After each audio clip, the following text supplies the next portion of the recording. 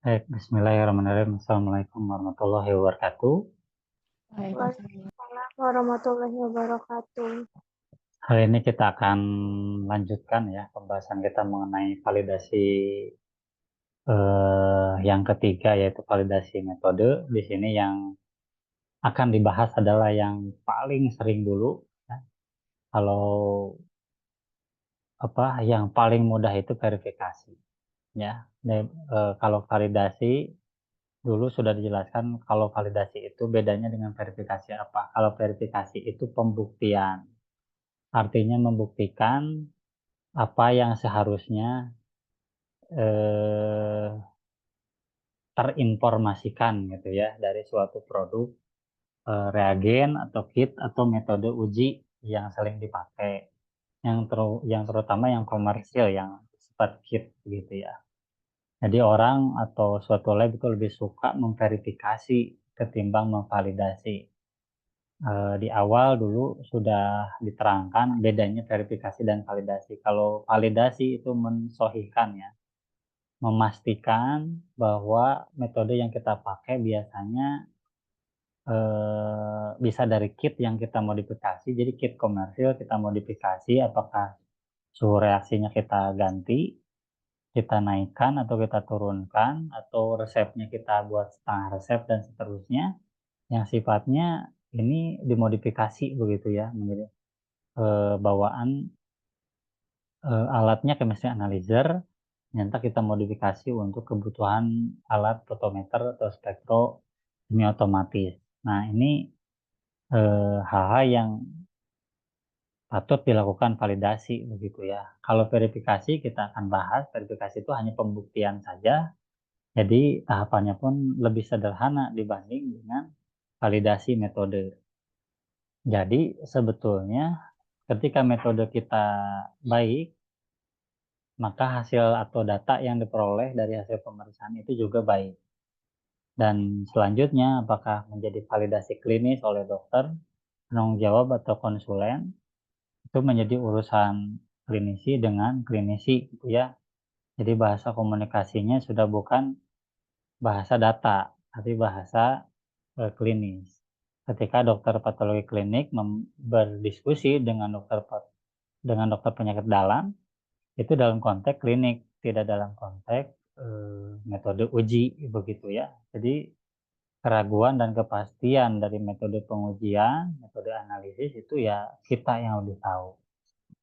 Baik, kita awali. Di sini judulnya verifikasi klaim pada metode uji yang komersil atau kit ya. Kit reagen, klinik ataupun eh, hematologi atau urin atau biomol atau imunologi. Nah, di sini apa itu klaim? Klaim itu bahasa Inggris ya, dari bahasa Inggris. Klaim mutu produk adalah pernyataan yang ditulis oleh pihak, bisa pihak tertentu, pelaku berarti yang melakukan, yang memproduksi, atau yang membuat secara mandiri, itu pelaku industri, atau pihak-pihak yang eh, menemukan, misalkan pusat riset, universitas, itu pihak. Pelakunya bisa industri, kemudian pelakunya itu bisa startup gitu ya, UMKM gitu ya. Nah, atau pabrik ya, ini pabrik reagen. Kemudian institusi ini bisa seperti Litbangkes ya, Litbangkes atau pusat penelitian yang memang ditujukan untuk eh, membuat kit reagen seperti itu. Atau perusahaan, jelas perusahaan. Pabrik mengenai spesifikasi mutu produk, ya, detail-detail dari mutu produk. Nah, detail-detail dari mutu produk ini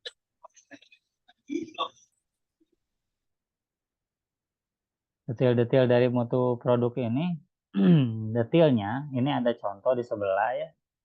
itu biasanya adalah detil-detil label-label identitas ataupun informasi yang merupakan syarat ya bahwa suatu reagen itu bisa dijual, dikomersialisasikan, atau suatu reagen itu bisa masuk ke negara tertentu. Contoh, perusahaan Cina membuat reagen ingin dipasarkan ke seluruh dunia. Orang seluruh dunia sudah mengerti bahwa FDA atau Badan POM-nya Amerika itu bisa diterima hampir di seluruh negara di dunia. Kemudian untuk dijual di dalam negeri sendiri, perusahaan Cina itu di Cina memproduksi reagen hematologi ataupun kimia klinik, jelas bakal diterima karena mereka produksi di dalam balai POM-nya Cina. Nah, ketika mau diekspor ke Indonesia ataupun ke negara-negara lain yang notabene sudah setuju dengan standar-standar Amerika, ketika dibuat spesifikasinya, oh CV-nya harus berapa, presisinya harus berapa, kemudian keterbandingan metodenya atau metode comparison-nya harus berapa, itu ditentukan oleh badan regulator ya. Bisa Disperindag, bisa Balai POM, bisa lembaga ya, lembaga riset kesehatan atau kedokteran. Tentu saja untuk disetujui supaya bisa dijual, diproduksi mah jelas bisa, tapi dijual diterima oleh kalangan lab itu 2 kali ya, mikir 2 kali. Di sini contoh yang terlihat ya, ada eh, informasi performance karakteristik terutama ya, ini yang vital atau yang kritis. Yang pertama adalah linearitas atau daya jangkau pemeriksaan ini sampai berapa kadar tertingginya dan sampai berapa kadar terendahnya yang bisa dikuantifikasi atau dihitung kadarnya oleh alat. Nah, kemudian ada persyaratan presisi. Nah, ini bukan asal-asalan dicantumkan pada brosur-brosur reagen kimia klinik atau HEMA, tapi memang ada tujuannya. Ya, ini biasanya menggunakan sampel atau menggunakan sampel pasien ya, direplikasi, diperiksa berulang-ulang, mungkin bisa berhari-hari, 5 hari atau sehari 2 kali atau sehari sekali. Yang jelas itu diperoleh rata-rata simpangan baku, standar deviasi dan rata-rata tentu saja nilai target. Nah, ini antara sampel satu mewakili yang low, kemudian yang sehat dan yang tinggi. Nah, ini adalah spesifikasi unjuk kerja. Unjuk kerja akurasi presisi. Yang ini unjuk kerja ketertiruan.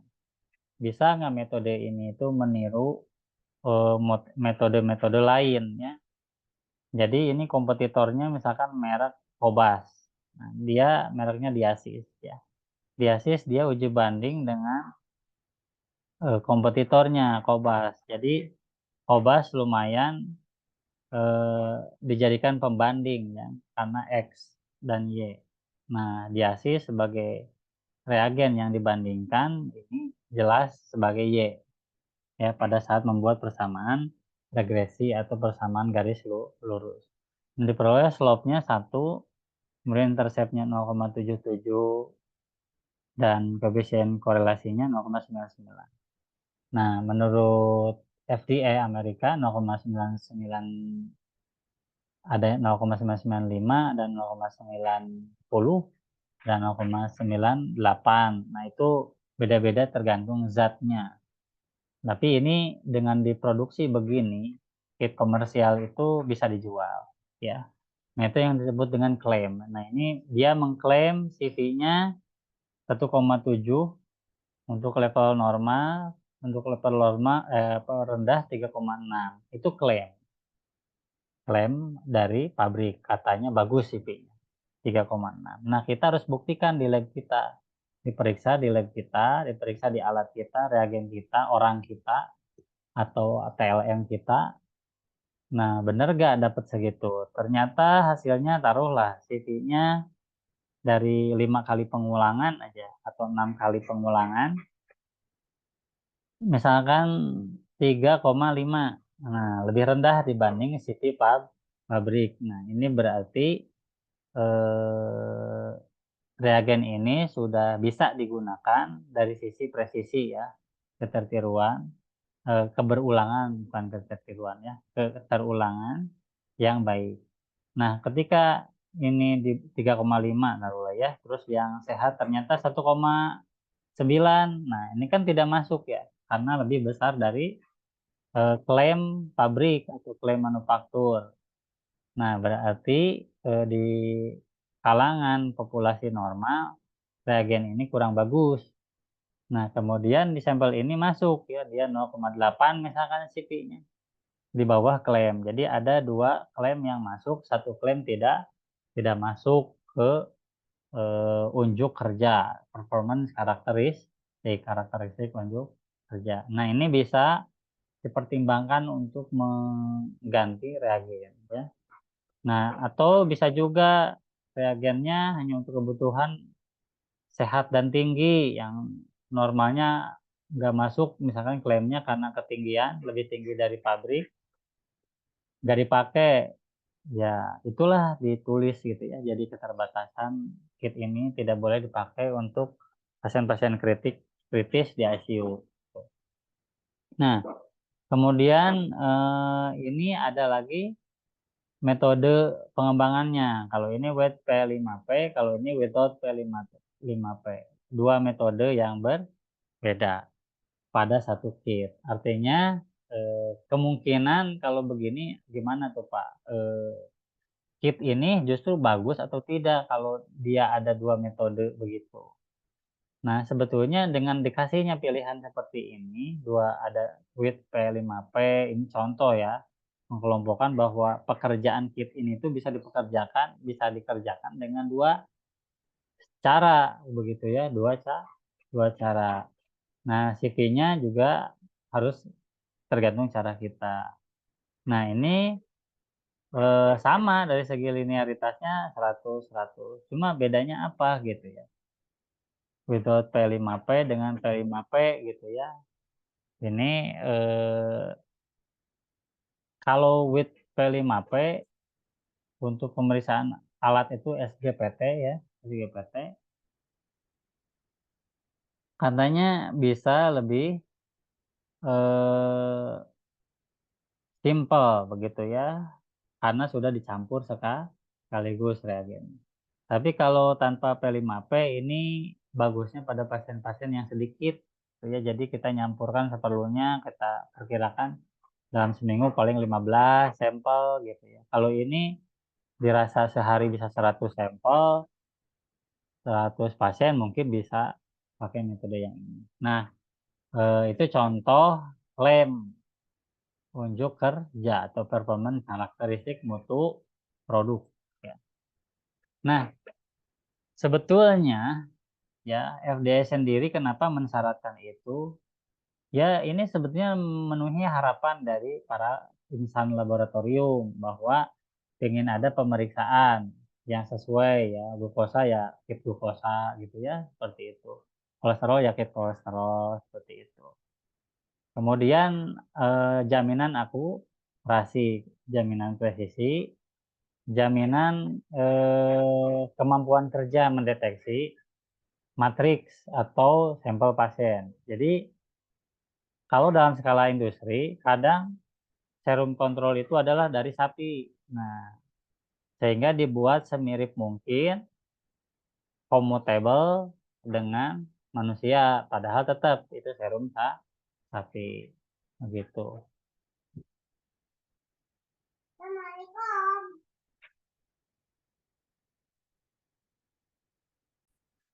Kemudian 6 spesifikasi minimum FDA atau 6 persyaratan unjuk kerja minimal yang dipersyaratkan oleh Balai POM Amerika.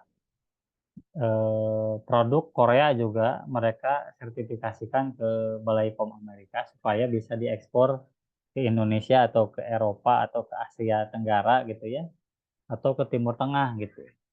Nah, ini ada 6 minimal, walaupun kalau dibaca aslinya bisa banyak ya, bisa banyak persyaratannya, tapi ini untuk bisa lepas dijual ke pasaran gitu ya. uji akurasi ada protokolnya, kemudian uji presisi juga menggunakan bahan kontrol, working range atau harus adanya pengujian linearitas atau batas rentang, kuantitatifnya, berapa angka yang minimal boleh dilaporkan ke pasien. Kemudian ada limit of detection, batas terendah deteksi, ini biasanya berupa pengukuran blanko ya, jadi tidak mengandung analit gitu, atau blanko ditambah pengenceran analit. Kalau glukosa yang sangat encer direaksikan dengan blanko diperiksa berulang-ulang ya, bukan disedot berulang-ulang ke alat, bukannya kita pipet, kita campur, kita pipet, kita campur sebanyak 5 atau 6 kali pengulangan, nanti kita dapat rata-rata dan CV. Nah, dari situ bisa ditentukan limit of detection. Ada juga yang menyebutkan seberapa besar sinyal dari alat itu bisa membaca dan memberikan respon pada suatu zat yang diperiksa. Nah, kalau limit of kuantifikasi ini adalah batas ukur atau batas keterlaporan zat yang logis ya. Contoh, paling rendah mungkin pada kurva LOD glukosa itu 20 mg. Tapi logiknya orang dengan 50 atau 40 mg per desiliter gula itu udah pingsan ya, udah koma diabetes gitu. Nah, hipoglikemi. Nah, jadi ada angka yang tidak realistis ya, logis tapi tidak realistis. Angkanya bisa diukur kalau dalam zat yang murni, tapi pada tatanan sampel darah manusia nggak akan serendah itu gitu ya. Nah, itu perlunya kita menentukan LOD dan LOQ gitu ya. Jadi ini batas kewajaran terlaporkannya hasil yang di-print ke pasien gitu ya. Jadi itu limit of kuantifikasi. Nah, limit of kuantifikasi termasuk memberikan informasi batas terendahnya berapa, batas maksimalnya berapa. Nah, kemudian eh, saya masuk ke topik yang sudah dilewati ya. Maksudnya kalau jenis-jenis pemeriksaan di mata kuliah Kemklin sudah di HEMA, sudah jenis pemeriksaan itu sudah sesuai ya. Kalau reagen glukosa itu ya COD, PAP atau heksokinase. Kalau hemoglobin itu cyanmet ya itu udah tahu lah memenuhi persyaratan kesesuaian pengujian.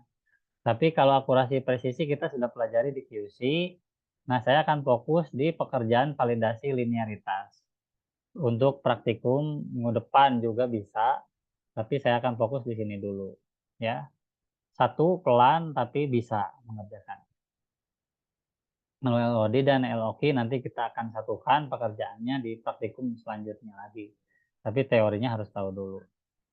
Biasanya kalau di pabrik ya, di kit insert, di brosur, reagen, biasanya nyatakan dengan persamaan regresi. Ada juga yang menulis Y sama dengan titik 3X plus Y plus 5 misalnya, itu persamaan regresi itu. Y sama dengan AX tambah B. Nah, dengan memasukkan nilai terendah dan tertinggi bisa ditentukan nilai terendah dan tertinggi dengan persamaan regresi itu. Kemudian biasanya awalnya uji linearitas ini digunakan kalibrator ya, kalibrator.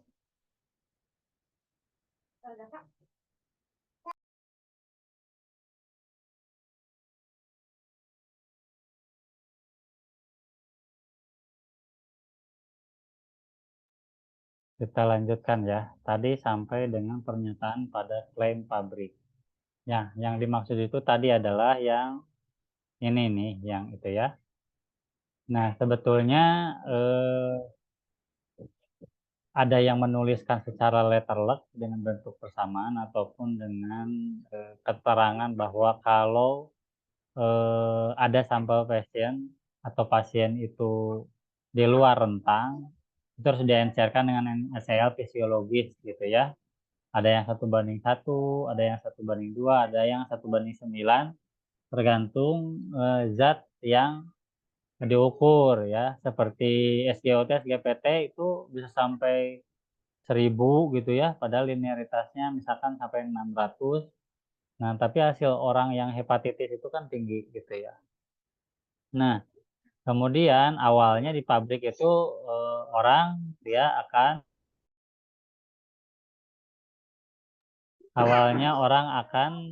mengukur bahan murni. Jadi kalau kolesterol murni, glukosa murni itu kita ukur, dibuat variasi konsentrasi, dibuatlah kurva linearitas. Untuk kimia saya kira cukup ya. Kemudian runningnya atau pelaksanaan itu dapat dinyatakan sekali jalan atau within run, kemudian harian atau biasanya between day, atau bahkan pekanan, bulanan atau lebih lama. Tergantung volume ya, volume dari bahan ujinya. Misalkan kalibratornya cukup, kemudian pasien yang tinggi, normal, dan jadi bukan bahan kontrol ya, tetapi pasien. Kalau bahan kontrol ada keterbatasan. Contoh, dengan kontrol untuk SGOT patologis itu misalkan range-nya atau rentangnya itu sampai 300 gitu ya. Sementara pada pasien bisa lebih dari itu. Jadi tetap eh, menggunakan sampel pasien untuk membuat kurva linearitas itu lebih diutamakan. Nah, yang selanjutnya adalah verifikasi kalibrasi. Di sini apa yang harus diverifikasi?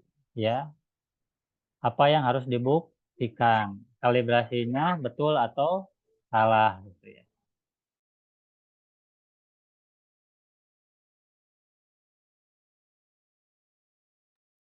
Nah, kalibrasi itu adalah prosedur determinasi atau mencari tahu bagaimana hubungan antara sinyal dari alat ya pada metode analisis tertentu, misalkan dengan spektro, dan hasil yang dilaporkan atau konsentrasi dalam bentuk absorban yang terlaporkan.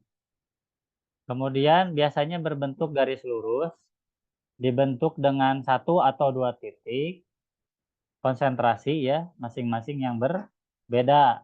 Tapi secara gradual artinya ada yang rendah, ada yang tinggi. Cuma di sini menggunakan hanya dua titik. Makanya disebutnya two point calibration. Nah, kemudian sinyal analit juga tidak selalu membentuk data garis lurus, tidak selalu ya. Dapat juga membentuk kurva melengkung ya, dari awal seperti huruf S gitu ya. Dari awal landai, melengkung, lurus, kemudian melengkung lagi. Nah, multi point calibration itu namanya. Nah, ini umumnya pada zat apa kita menggunakan multi point calibration? Pada zat yang berupa bahan biologis yang mudah rusak seperti antibodi, antigen, ataupun sel. Biasanya kit insert atau brosur itu menyampaikan dalam bentuk persamaan logaritmik ya, logaritma. Jadi logaritma itu bukan garis lurus tapi garis melengkung. Nah, ini biasanya pada immunoassay ya, metode-metode pengukuran imunologi menggunakan 3 sampai 5 konsentrasi untuk bisa membentuk ya. Di sini 2 point cukup untuk membuat dua garis, satu titik di bawah dan satu titik di atas, kemudian ditarik garis jadilah garis lurus. Makanya minimal satu atau dua titik ya. Kemudian untuk multi point kenapa minimal 3? Karena 3 bawah, tengah untuk melengkung, dan satu lagi untuk tinggi gitu ya. Jadi 3 sampai 5. Nah, konsentrasinya meningkat juga dari terendah sampai tertinggi sehingga diperoleh kurva kalibrasi yang baik, yaitu R kuadratnya di atas 0,995.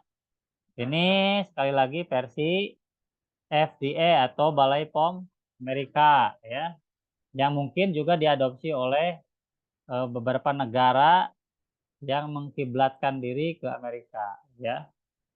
Nah, kemudian ada uji linearitas dengan protokol CLIA ya, Clinical Laboratory Institute Agency nomor EP15 protokolnya. Di sini ada istilah calibration verification atau verifikasi kalibrasi. Nah, yang ini ya, verifikasi kalibrasi.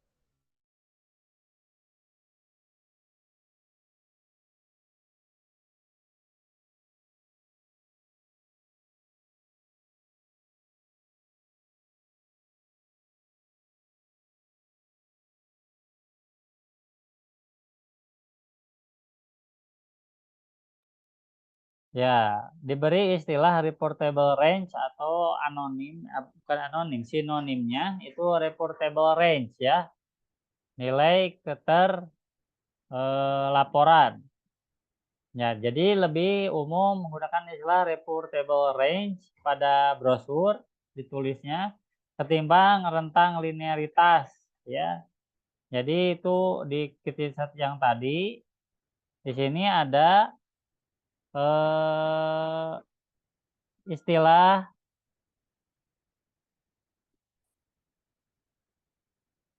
rentang linearitas atau portable range ya. Di sini kita lihat contohnya. Nah, ini ya.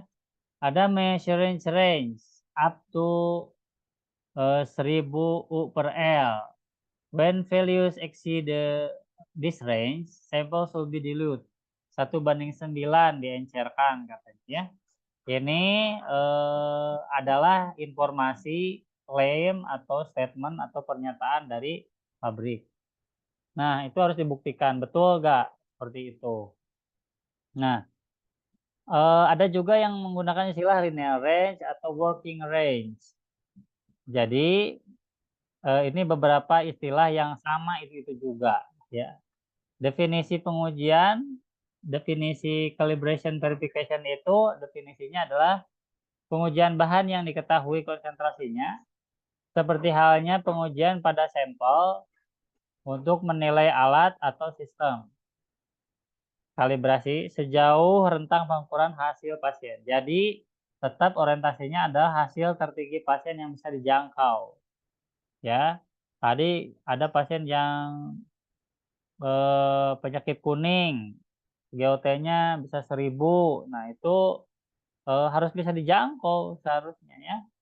Tapi kalau nggak bisa dijangkau, diencerkan. Dengan cara apa pengencerannya? Nanti ada tekniknya ya, bukan dengan Aquades, ya, bukan juga dengan NaCl.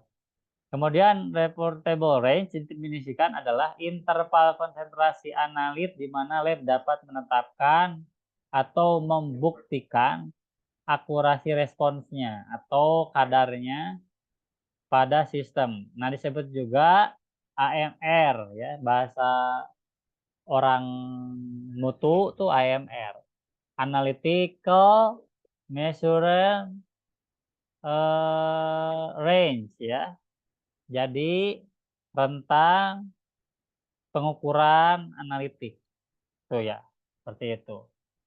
Nah, ada faktor-faktor yang pertimbangkan sebelum kegiatan proses uji linearitas.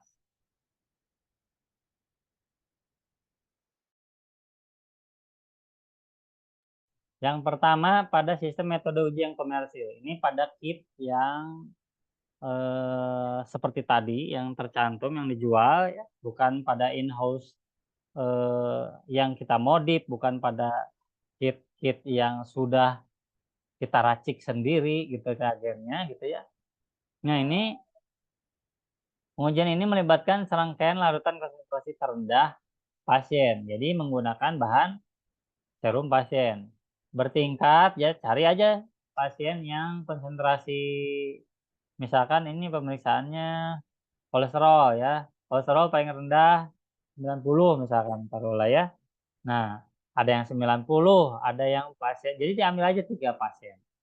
Pasien yang 90 ada kolesterolnya, kemudian pasien yang 180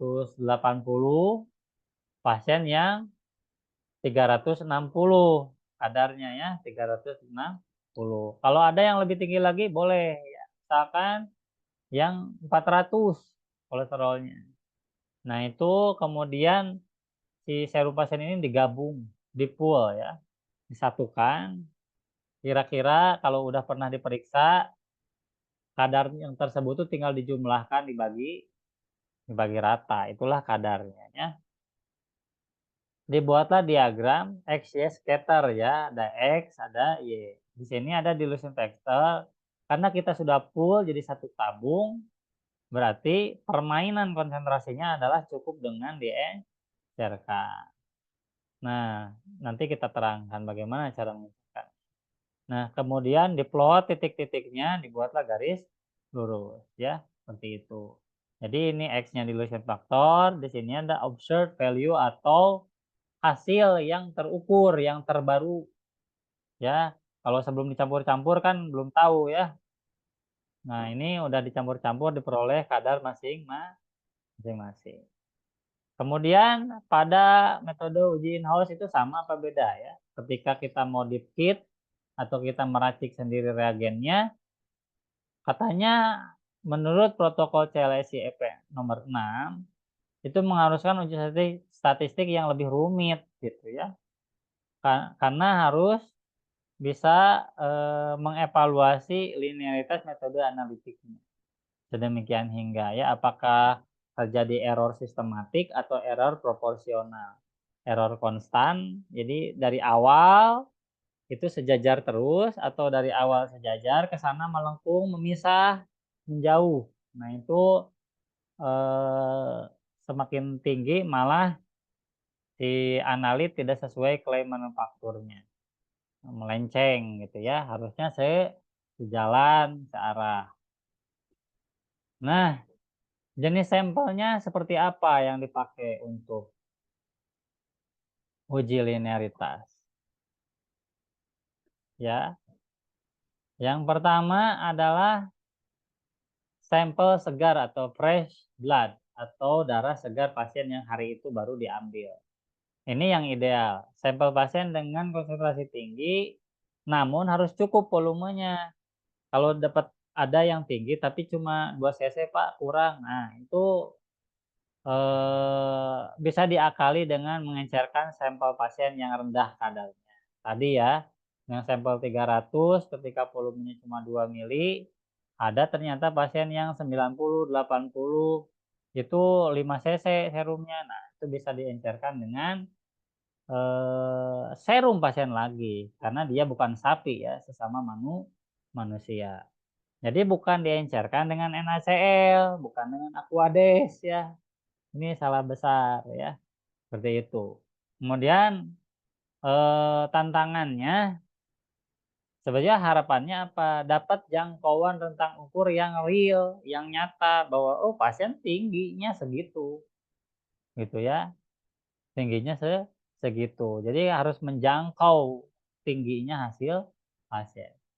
Tantangannya kadang kita butuh yang 400 tapi pasiennya nggak ada dari kemarin-kemarin, udah seminggu, sebulan.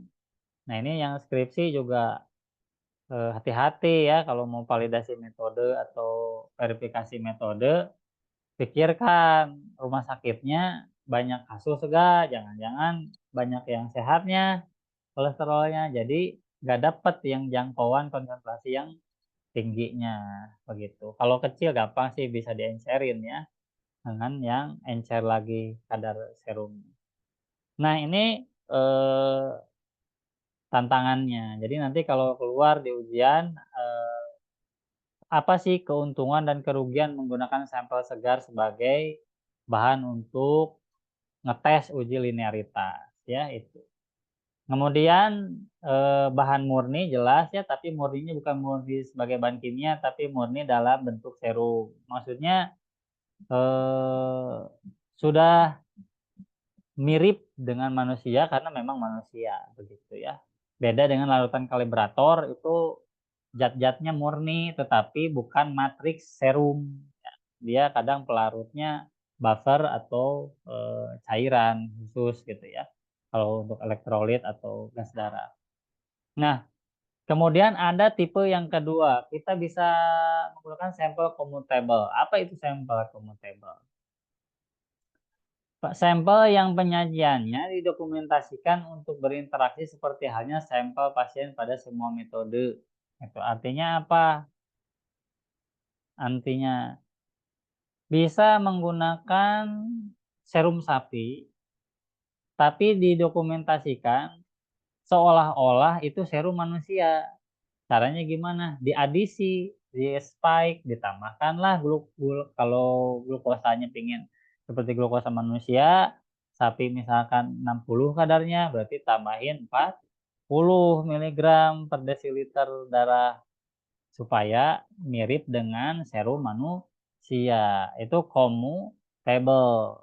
Nah, banyaknya kontrol serum di lab kita menggunakan sampel commutable ya, kontrol serum dari sapi, bovin ya, dari bovin yang dijadikan seolah-olah serum manusia.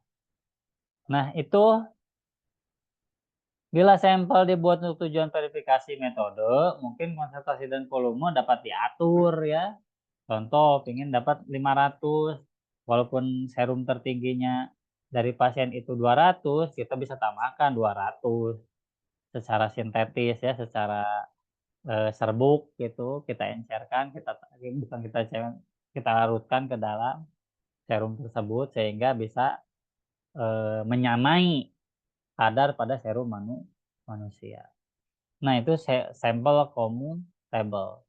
Kemudian, bila efek matriks sampel tidak sensitif terhadap metode, berbagai sampel mungkin saja commutable. Ya, jadi kalau sapi kurang bagus pada pemeriksaan ELISA, ya bisa dari tikus, ya serum tikus gitu. Kalau tikus lebih reaktif terhadap antibodi misalkan.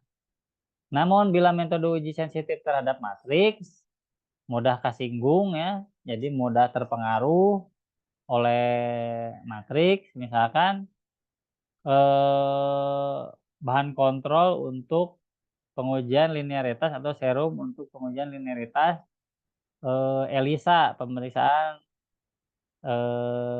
T3 T4 misalkan ya.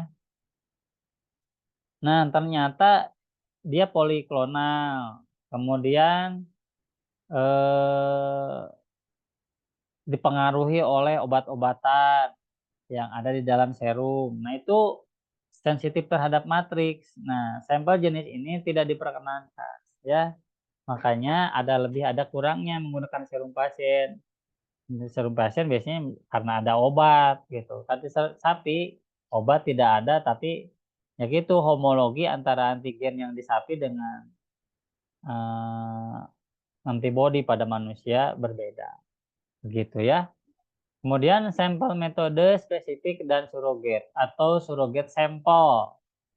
Sampel penanda ya. Sampel dengan nilai diharapkan metode spesifik. Misalkan saya memeriksa HbA1c. Nah, itu kan pakai metode imunokimia gitu. Nah, itu kan tidak bisa seperti menggunakan eh, seperti pengukuran pada spektro gitu ya. Jadi spesifik. Nah, ini sudah diatur biasanya pada protokol CLSI EP15A3 begitu. Nah, itu sampel spesifik namanya ya, sampel dengan nilai diharapkan pada metode spesifik. Nah, tadi saya belum bahas yang surrogate marker itu definisikan sampel yang peroleh selain dari matrik pasien, yakni bahan serupa ya, sengaja ditambahkan dengan analit tertentu, ditambahkan ada dengan metode adisi, ada dengan metode spike supaya bisa menyamai dari matrik pasien atau serum pasien. Gitu. Nah, itu surrogate marker. Kalau sampel commutable tadi dengan surrogate marker bisa dibedakan nggak? Bisa ya. Jadi kalau ini betul-betul diatur. Kalau ini alami ya. Ini sampelnya alami. Coba kontrol serum manusia di Eropa dengan di Indonesia sama. gitu ya, serumnya sama, itu commutable.